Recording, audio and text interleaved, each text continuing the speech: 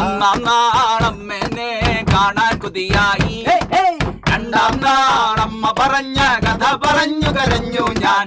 ഒന്നാം നാളമ്മേനെ കാണാൻ കൊതിയായി, രണ്ടാം നാളമ്മ പറഞ്ഞ കഥ പറഞ്ഞു കരഞ്ഞു ഞാൻ. പിറ്റേന്നാൾ കിളിയെ പിടിക്കാനായി കാടൻ പൂച്ച വിരളുന്നു. നാലാം നാൾ ഉറക്കത്തിൽ കാടൻ പൂച്ചയെ കണ്ടു കരഞ്ഞു ഞാൻ.